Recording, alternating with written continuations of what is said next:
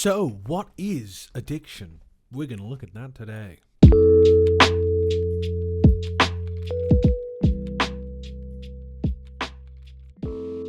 So, addiction is, in my opinion, a solution to a problem. And I'm going to talk a bit more about this. Lovely to see you again. I'm Will Thunderhawk at Thunderhawk Coaching. So when I say addiction is a solution, what I mean is that often in life we have a lot of bad things that happen to us, right? We struggle, we go through pain, we feel disconnect, we have traumatic things happen to us, okay? And addiction, in my opinion, is often a salve to the wound, right? If we're looking at it from a third person perspective, right? We think, well, this person's doing drugs, this person's an alcoholic, this person's a video game addict.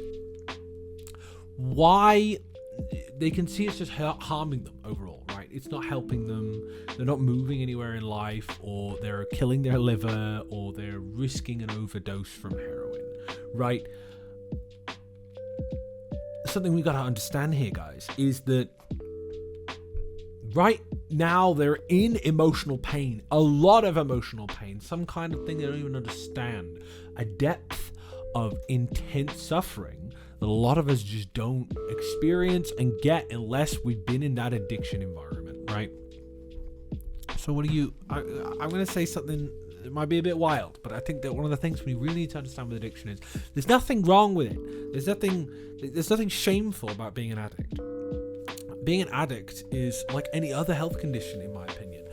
You're suffering, you're going through challenges and pain, your body is going ow, ow, ow, ow, or your brain's going ow, ow, ow, ow, and you're doing your best to stop and reduce the pain. If that's heroin, that's heroin. For me, that's video games. I'm a recovering video game addict. I played a ton of video games to push the pain away, okay? So, what I mean by pain is something traumatic really happened and you didn't get any closure on it or any support with it, or you couldn't really feel it, or you couldn't really engage with that experience, or you weren't even like guided or supported through it in any which way, right? Which is painfully common. There are a lot of experiences I've had where I just don't understand what's going on internally, and something really challenging has happened, something really bad has happened. And I'm just kind of like left with like, what do I do with this then? What do I do with this? We don't know what to do with this. What do we say to people who are grieving? What do we say to people who are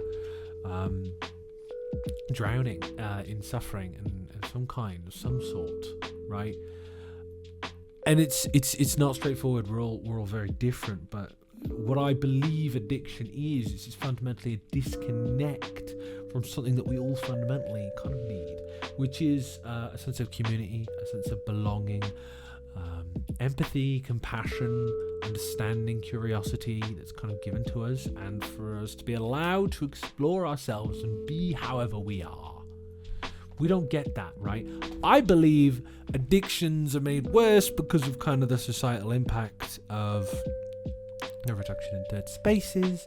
I believe that if you don't have anywhere to go and nothing to do, boredom is an emotion, first of all, and profoundly uncomfortable.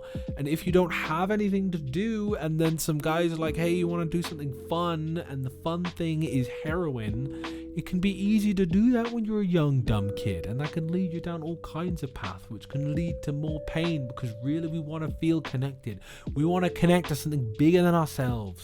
We want to feel love. This is something that sticks with me forever. Like, recovering heroin addicts, I've always described it to me like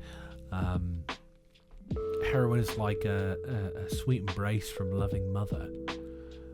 There's neurochemically profoundly high levels of dopamine and serotonin that flood your brain when you have such stimulating substances in you. And really, what we're trying to get there is kind of a degree of comfort from like the pain that we've gone through. And I don't feel like that's something that should be shamed. I feel like that should be something that we meet with compassion. Big up Portugal with their policies to make it less stigmatized to struggle with drugs, because the war on drugs isn't helping for any country that's engaging with that, which is the vast majority of them. The UK thinks, drug bad, you bad, get in jail. Doesn't help. Does not help. Makes it worse. Creates more disconnect. Creates fewer opportunities for you to reintegrate into society.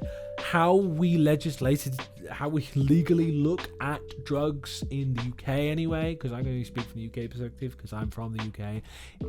From a legal point of view, is dumb. It's so dumb. It's not even about what they say it's about. The war on drugs. The war on drugs failed, in my opinion. But that's a political sidetrack. Addiction comes from a need. If you have a profound need, what are needs? We say needs. We need shelter. We need relationships that we feel valued and trust in. We need security. We need shelter. We need to know where food's coming from. Maslow's hierarchy of needs, right? But more relationally, addiction really for me comes from the relational lack of connection. And, speaking as somebody who's a video game addict, right? I had profound challenges when I was growing up because my parents divorced. Because there was a lot of violence in my home, because there was drugs around where I was growing up, and not everyone made it out. And I think about all my friends, all the people I knew that kind of really struggled with that, and it's messed up, man, because so many people went down for something that was just like just a problem we could treat and support. So that's what I think addiction is. I'm gonna leave it there for today. You've been wonderful.